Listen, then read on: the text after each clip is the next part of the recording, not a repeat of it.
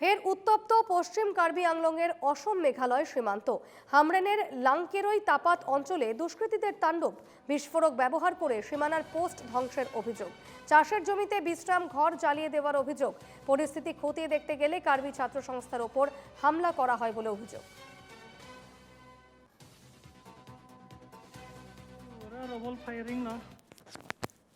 আমি উল্লেখ কৰিব বিচাৰিছোঁ যে যেতিয়ালৈকে আমাৰ give and take policy both government of Assam and Meghalaya adopt কৰা নাছিলে সেই আগতে তেনেধৰণে মানে বৰ্ডাৰত এনেকুৱা ডিষ্টাৰ্ব নাছিলে।